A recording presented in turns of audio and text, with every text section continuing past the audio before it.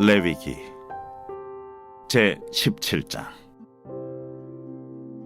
여호와께서 모세에게 말씀하여 이르시되 아론과 그의 아들들과 이스라엘의 모든 자손에게 말하여 그들에게 이르기를 여호와의 명령이 이러하시다 하라.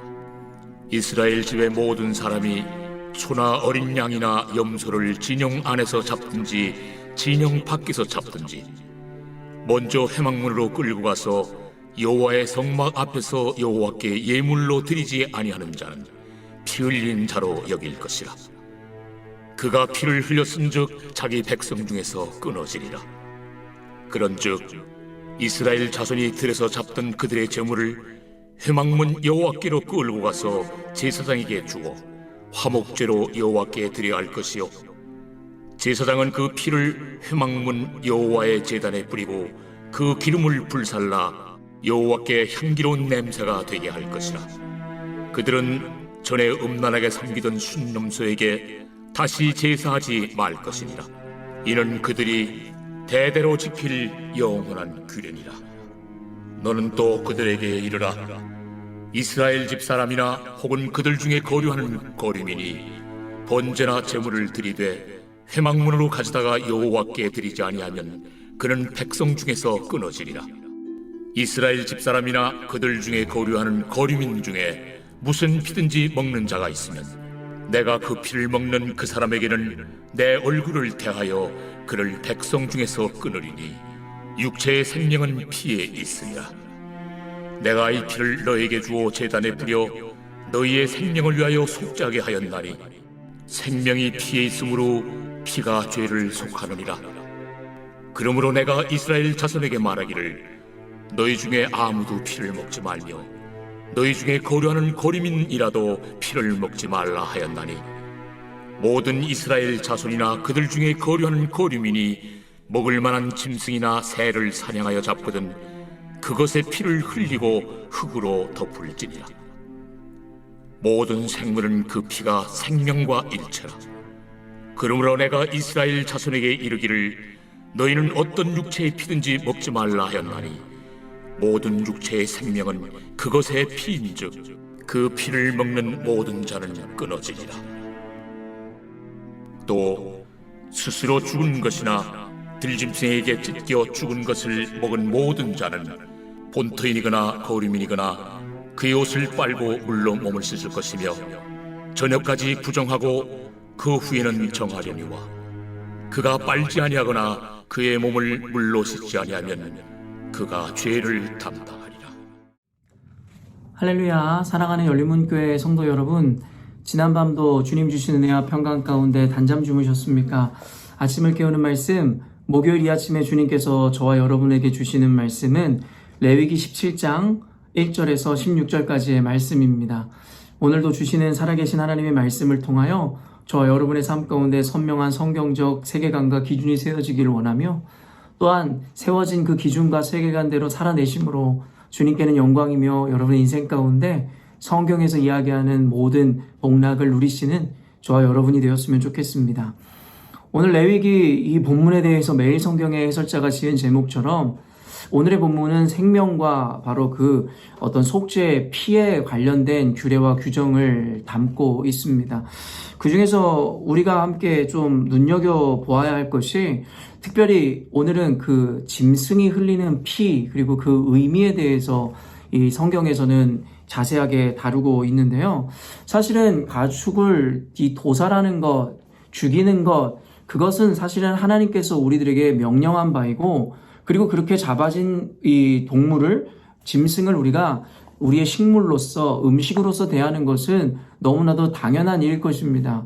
그러나 그와 같이 하나님의 허락된 범위 안에서 우리가 짐승을 잡아 때로는 제사를 지내고 그리고 우리가 음식으로 먹게 되지만, 그러나 그럼에도 불구하고 그 짐승을 잡고 그것이 피를 흘리는 것에 대해서 우리가 분명한 개념을 인식하여 우리가 구별하여 짐승을 잡아야 할 것에 대해서 성경에서 이야기하더라는 것이죠. 11절 말씀을 보면 육체의 생명은 피에 있음이라. 내가 이 피를 너희에게 주어 제단에 뿌려 너희의 생명을 위하여 속죄하게 하였나니 생명이 피에 있으므로 피가 죄를 속하느니라. 이 말씀의 이 전에 문맥에 어떤 이야기가 있냐면 이스라엘 집 사람이나 그들 중에 거류하는 거류민 중에 무슨 피를 피든지 먹는 자가 있으면 내가 그 피를 먹는 사람에게는 내 얼굴을 대하여 그를 백성 중에서 끊으리니. 그러니까 어떤 피도 먹지 말라 이야기하는 전절의 말씀 이후에 방금 읽어드린 것처럼 결국에는 이 피라는 것은 생명을 의미하는 것이고, 결국에는 우리가 짐승을 잡아 그 피를 흘리게 함은 하나님께서 특별하게 제정하신 제사라든가 어떠한 규례에 따라 구별되이 잡을 뿐이지, 일반적으로 그 동물의 피를 흘리게 하고 먹는 것은 죄다라고 이야기합니다. 이 이야기가 무엇을 뜻하냐면 결국에는 생명의 주관자는 아무리 하찮은 미물의 생명이라 할지라도 결국에 그 생명을 주관하는 이는 하나님이시기에, 결국엔 우리는 그 하찮은 미물이라도 그것의 생명을 우리의 마음대로 좌지우지할 수 없음에 대해서 이야기하더라는 거예요. 그 짐승을 잡아 하나님의 제단에 바칠 때라도 그것은 하나님의 규정에 따라 하나님의 명령과 허용하심에 따라 이루어지는 일이어야지 우리의 멋대로 그와 같은 도살이나 도축을 해서도 안 된다라고 이야기하고 있더라는 것입니다. 계속해서 이 13절에서 14절 말씀을 읽어드리면, 모든 이스라엘 자손이나 그들 중에 거류하는 거류민이 먹을 만한 짐승이나 새를 사냥하여 잡거든 그것의 피를 흘리고 흙으로 덮을지니라. 모든 생물은 그 피가 생명과 일체라. 그러므로 내가 이스라엘 자손에게 이르기를 너희는 어떤 육체의 피든지 먹지 말라 하였나니 모든 육체의 생명은 그것의 피인즉 그 피를 먹는 모든 자는 끊어지리라. 그런데 이 말씀이 조금 이해하기가 좀 난해한 것 같습니다. 결국에는 피는 생명을 뜻하는 것이고 생명의 주관자는 주님이시기에 함부로 짐승의 생명을 빼앗아서는 안 된다라는 맥락으로 우리가 이해해 나가다가 갑자기 13절에 보니 결국에는 저 짐승을 사냥하는 것 자체, 짐승을 죽이는 것 자체를 주님께서 반대하고 계시는 것이 아니더라는 거예요. 다만 그 피를 흘리고 그 피를 먹는 것이 아니라 흙으로 덮으라고 이야기하더라는 것입니다. 여러분, 이것은 우리가 어떻게 이해해야 하겠습니까? 결국에는 우리는 이 개념을 창세기의 개념에서도 우리는 발견할 수 있어야 합니다. 언젠가도 저는 이와 같은 내용으로 이 에세이를 썼던 기억이 있는데요. 결국에는 하나님께서 창세기를 통해서 보여주시듯이 세상을 창조하시고 인간의 존재를 지으시며 만물의 으뜸으로 인간을 삼으셨습니다. 그러면서 우리들에게 말씀하시기를 세상의 모든 것을 우리 보고 다스리라고 말씀하시고 그와 같은 권세를 주셨다라는 것이에요. 그러면 제가 에세이를 썼던 것은 어떤 맥락이었냐면, 그렇다면 우리들에게 다스리라고 한 이 세상이 그렇다면 우리의 소유로서 주님께서 주셨다는 이야기인가, 아니면 우리에게 이 스튜어드십, 관리자로서 세상에 있는 것들을 하나님께서 우리에게 맡기신 개념인가 라는 것에 대한 이 개념을 쓰는 에세이였습니다. 여러분들도 그냥 뉘앙스에서 이제는 느끼실 수 있겠지만, 하나님께서 우리들에게 세상을 다스리라 했던 것은 우리가 세상의 왕노릇을 하거나 그것을 함부로 여기라고 이야기하는 것이 아니라 우리들에게는 그것의 관리자로서 하나님의 관리인으로서 그것에 대해서 보존하고 후손들에게 그것들을 이어줄 우리에게는 사명이 있다라는 개념이다 라고 저는 에세이에 이 결론을 맺었던 기억이 있습니다. 그렇습니다. 하나님께서 우리를 스튜어드십으로 부르시고 동역자요 관리자로 이 세상에서 이 세상을 다스리라는 개념으로 우리에게 권위를 주신 것이지, 하나님의 것을 우리의 마음대로 해도 된다라는 개념이 아니라는 것입니다. 이 개념을 쉽게 설명하면, 여러분이 벌어서 돈을 사용하지만 여러분이 벌었다고 하여 그 돈을 여러분의 멋대로 정욕을 위해서 사용해도 된다라는 개념이 아니라는 것이에요. 돈이라는 것을 하나님께서 우리에게 허락하셨다는 것은 결국엔 우리로 하여금 우리들에게 필요를 채우고 우리들의 나름의 쓰일 것을 위해서 하나님께서 허락하신 것이지만, 본질적으로 그 돈이라는 것, 우리가 소유한 모든 것의 주인은 하나님이심을 인정해야 된다라는 것이에요. 그렇기 때문에 창세기의 그 에세이에서 제가 다뤘던 것이 무엇이냐면, 인간이라는 존재는 우리에게 잠시 맡겨주시고 관리하라 우리에게 허락하신 세상의 것을 이용은 하되 남용해서는 안 된다라는 개념이 또 등장했었던 것이 기억납니다. 무엇이냐면 하나님께서 저와 여러분에게 주시며 세상의 자원이든 세상에 있는 모든 것들을 유지하라고 말씀하시는 것이에요. 무엇을 위해서요? 여러분의 삶을 위해서, 그리고 여러분들의 번영을 위해서 사용하라는 것이죠. 그러나 유지한다는 개념과 exploit 한다라는 개념은 우리는 구분하여 사용할 수 있어야 된다는 것이에요. exploit이라는 그 이용의 개념은 결국엔 abuse, 남용한다라는 의미로 이어지게 되는데요. 세상에 우리에게 맡기신 모든 것들을 우리는 이용할 수는 있겠으나 그것을 남용해서는 안 된다라는 거예요. 사실은 이를 너무나 잘 보여주는 것이 세상의 어떠한 이 동물의 세계일 것인데요. 여러분, 아무리 맹수이고 야수라고 할지라도 그들은 자신들의 배를 불리기 위한, 생존을 위한 이 사육 말고는 여러분 다른 이유로 해서는 동물들을 잡지 않는다라는 것을 우리는 너무나 잘 알고 있습니다.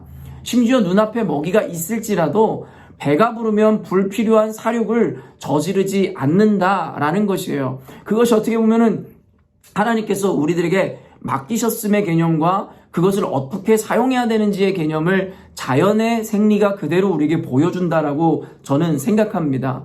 그런데 인간이라는 존재는 그 죄악으로 말미암아 결국엔 자신의 쓸 것과 필요뿐만 아니라 그 욕망과 탐욕으로 말미암아 그 이상의 것, 섭리를 깨트리면서까지 이 남용하고 악용하여 결국에는 세상의 섭리와 세상의 원리를 무너뜨리더라는 것입니다.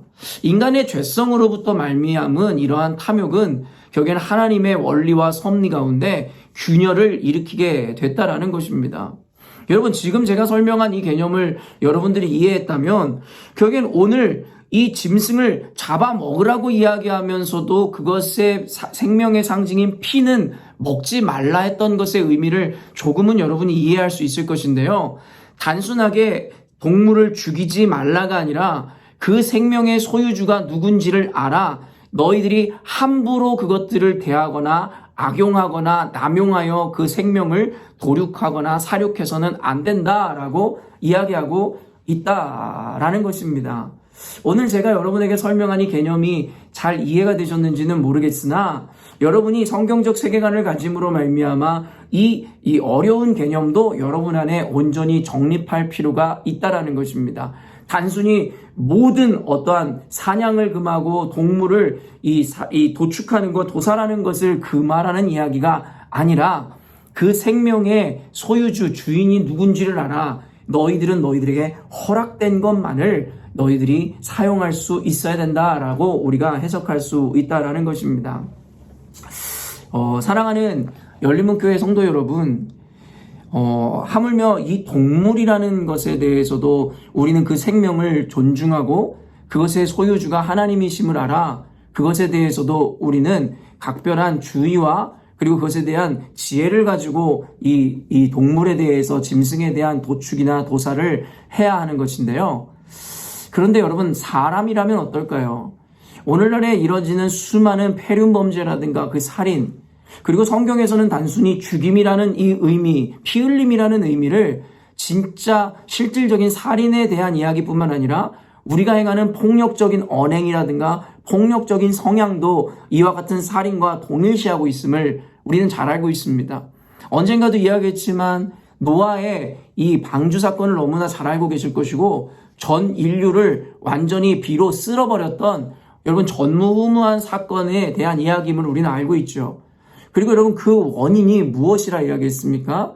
바로 당시 세상에 관영했었던 폭력성 때문이었다라고 이야기하더라는 거예요. 그리고 그때 이 설교를 하면서 더불어서 여러분들에게 이야기했었는데 왜 예수 그리스도의 계보를 잇는 자가 야곱의 12아들들 12지파 중에 네 번째인 유다에게까지 그 순서가 왔을까라는 이야기를 하며 결국엔 첫째였던 루벤은 근친상간의 죄를 범하였기 때문이고 둘째, 셋째였던 여러분 시므온과 레위는 어땠다라고 여러분들에게 설명해 주었습니까? 결국엔 레위와 시므온은 결국엔 이 동생 디나 때에 일어났던 사건으로 인해 이 세겜 추장의 이 아들의 강간 사건 때문에 결국엔 이 전체 이 세겜 족속을 여러분 할례를 명하였고 그리고 할례하여 싸울 수 없고 전투불능인 상태였던 그들의 식소를 거느리고 가서 그들을 모두 칼로 살육하고 도륙한 그 폭력적인 죄로 인해서 그들은 예수님의 계보를 이을 자격을 상실했음에 대해서 여러분들에게 설명했던 기억이 있습니다. 이와 같이 하나님께서는 이 폭력 그리고 이 살육 결국에는 살인으로 이 비견되어지는 이와 같은 폭력적인 일들에 대해서 주님은 금하시고 계시다라는 거예요. 물론 여러분 오늘의 이 말씀의 어떠한 세계관과 근거로 볼 때에 모든 이 살인이라는 것을 다 잘못됐다라고 이야기하는 것이 아닙니다. 무슨 의미냐면 여러분 만약에 지금 우크라이나 땅에서도 전쟁이 일어나고 있지만 결국엔 대한민국 땅에 만약에 전쟁이 일어난다면 여러분 어떻습니까? 북에서 이 남침하는 북한군이든 아니면 어떤 누군가의 외세의 침입으로 인해서 내 가족이 죽어갈 때에 우리는 살인할 수 없으니까 싸우지 않는 것이 하나님의 뜻일까요? 여러분도 아시다시피 오늘날의 여호와의 증인이라는 이단들은 결국에는 총을 손에 쥘 수 없다 하여 군대를 가지 않고 감옥으로 그들의 군대의 기간들을 채우는 것을 우리는 알고 있습니다. 과연 그것이 신앙이고 그것이 하나님께서 반대하신다라는 살인과 그리고 이 폭력이라는 개념일까요? 여러분 그렇지 않다라는 것입니다. 결국에는 전쟁이 일어났을 때는 마땅히 가족과 조국을 지키기 위해서 싸우고 어떻게 보면 피해야 하겠으나 결국엔 그 폭력과 살인이라는 것들이 어떻게 보면 정당화될 수도 있다라는 거예요. 결국에는 오늘 이 제사 가운데에서 피를 흘리거나 하나님 앞에 이 동물을 잡는 것은 결국에 하나님의 허용하심과 하나님의 어떤 명령 가운데 이 허용되는 개념처럼 말입니다. 물론 전쟁이라는 것이 없어야겠죠. 그로 인해서 이 살육을 하고 도륙을 하는 일 따위가 일어나지 않는 것이 가장 좋겠지만 단순하게 이 살인을 저지르거나 폭력을 가하는 것에 대해서 단순화 개념할 수 없다라는 것을 여러분들에게 설명해 드리는 것입니다.